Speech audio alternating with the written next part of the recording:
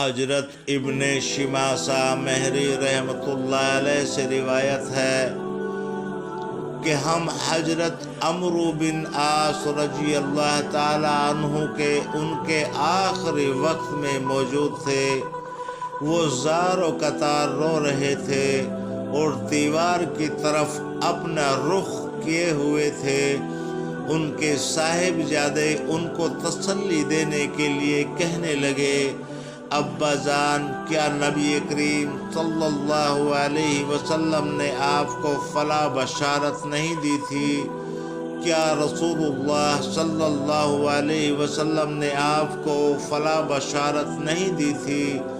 یعنی آپ کو تو نبی کریم صلی اللہ علیہ وسلم نے بڑی سے بڑی بشارتیں دی ہیں۔ یہ سن کر انہوں نے دیوار کی طرف سے اپنا رخ بدلا اور فرمایا، سب سے افضل چیز جو ہم نے آخرت کے لیے تیار کی ہے وہ اس بات کی شہادت ہے کہ اللہ تعالیٰ کے سوا کوئی اور معبود نہیں، محمد صلی اللہ علیہ وسلم اللہ کے رسول ہیں۔ میری زندگی کے 3 دور گزرے ہیں۔ ایک دور تو وہ تھا جب کہ رسول اللہ صلی اللہ علیہ وسلم سے بغض رکھنے والا مجھ سے زیادہ کوئی اور شخص نہ تھا، جبکہ میری سب سے بڑی تمنا یہ تھی کہ کسی طرح آپ پر قابو چل جائے تو میں آپ کو مار ڈالوں۔ یہ تو میری زندگی کا سب سے بدتر دور تھا۔ خدا نہ خواستہ میں اس حال پر مر جاتا تو یقیناً دوزخی ہوتا۔ اس کے بعد جب اللہ تعالیٰ نے میرے دل میں اسلام کا حق ہونا ڈال دیا تو میں آپ کے پاس آیا اور میں نے عرض کیا، آپ اپنا ہاتھ بڑھائیں تاکہ میں آپ سے بیعت کروں۔ آپ صلی اللہ علیہ وسلم نے اپنا ہاتھ مبارک بڑھا دیا۔ میں نے اپنا ہاتھ پیچھے کھینچ لیا۔ آپ نے فرمایا، عمرو یہ کیا ہے؟ میں نے عرض کیا، میں کچھ شرط لگانا چاہتا ہوں۔ فرمایا، کیا شرط لگانا چاہتے ہو؟ میں نے کہا، یہ کہ میری سب گناہ معاف ہو جائیں۔ آپ صلی اللہ علیہ وسلم نے ارشاد فرمایا، عمرو کیا تمہیں خبر نہیں، اسلام تو کفر کی زندگی کے گناہوں کا تمام قصہ ہی پاک کر دیتا ہے، اور ہجرت بھی پچھلے تمام گناہ معاف کر دیتی ہیں، اور حج بھی پچھلے سب گناہ ختم کر دیتا ہے۔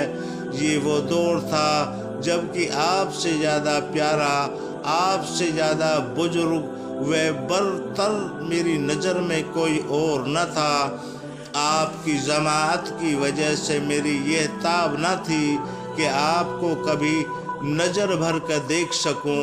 اگر مجھ سے آپ کی صورت مبارک پوچھی جائے تو میں کچھ نہیں بتا سکتا، کیونکہ میں نے کبھی پوری طرح آپ کو دیکھا ہی نہیں۔ کاش اگر میں اس حال پر مر جاتا تو امید ہے کہ جنتی ہوتا، پھر ہم کچھ چیزوں کے متولی اور ذمہ دار بنے۔ نہیں کہہ سکتے کہ اگر حال ان چیزوں میں کیا رہا۔ یہ میری زندگی کا تیسرا دور تھا۔ اچھا دیکھو، جب میری وفات ہو جائے تو میرے جنازے کے ساتھ کوئی باویلا اور شور و شغب کرنے والی عورتیں نہ جا پائیں، نئے زمانہ جاہلیت کی طرح آگ میرے جنازے کے ساتھ ہو۔